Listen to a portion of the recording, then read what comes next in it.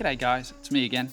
Well, it's been 100 days since I've had this MIG205 MP in my life. My exposure time is usually limited, and my concern is that I may have put something out on the internet and have spruiked it to be the best thing ever, and within a couple of weeks it dies. And so I always want to and try to do a follow-up video after 100 days or so to say if anything else has happened that you should know about as a potential buyer.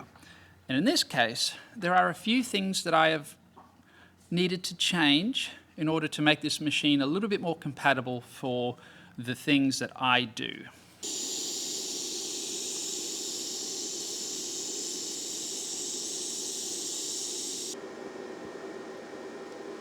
Now, the original ferrule that came on this, I pretty quickly replaced with this lump of copper because the connection was getting a bit hot, hotter than what this is currently anyway. Under normal operating conditions, like what this was intended to do and not all of this industrial stuff, what it came with was probably fine. Now, the other big thing that I really needed to change was the handpiece. This, excuse me. This is what came with it, a non-flexible, I think it's a 17 air-cooled torch. Now, as far as longevity is concerned, you couldn't ask for a more robust, long-lasting torch that for most applications would be fine.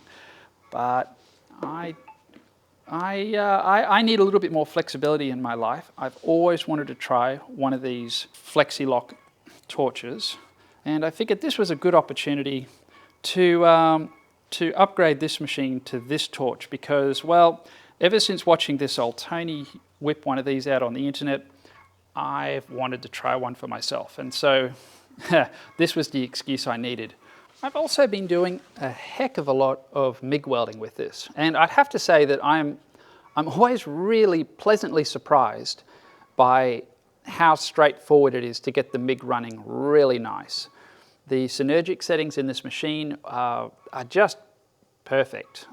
Very rarely am I this satisfied with the factory settings that come with a machine. It's just dialed in. It puts such a grin on my face every time I turn this thing on, you know, just turn it up or down and don't have to worry about balancing anything and just start welding, and it's just exactly what I wanted. As a welder, that's just fantastic. You'll be up and running so quickly with this machine just because of that feature alone.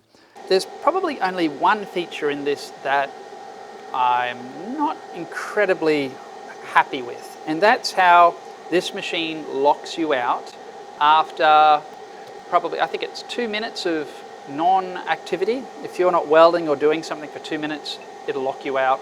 And you have to hold this knob for 3 seconds to make a simple adjustment. Now, as a hobby guy, that probably doesn't matter. I'm sure that somewhere in a boardroom, a white-collared, pencil-pushing bean counter thought that that was a great idea. And welcome to the modern world in which we live.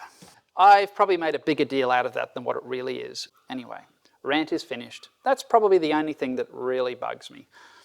This machine does talk to you. They've given it a nice female voice because that's quite appropriate. It talks too much and tells you things you already know. Anyway, but seriously, as far as a beginner welder, if you weren't sure where to put the right knob, well, it is helpful that she's guiding you through the step-by-step process. But I've really put this thing through its paces, and it seems to be just doing it fine. As I say, the only thing that's not really doing fine, and that's because I'm going way above its duty cycle, is the earth lead.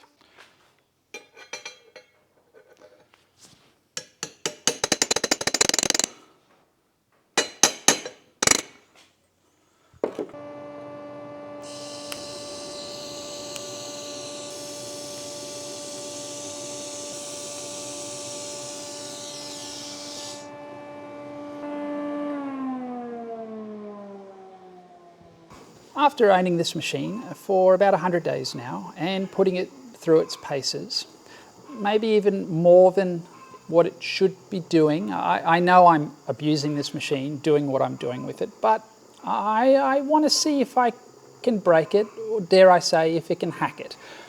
Because, you know, these machines are relatively new to the market. ARCCAPTAIN has been around for, I think, 10 years now. And as far as welding companies are concerned, that's not a long period of time.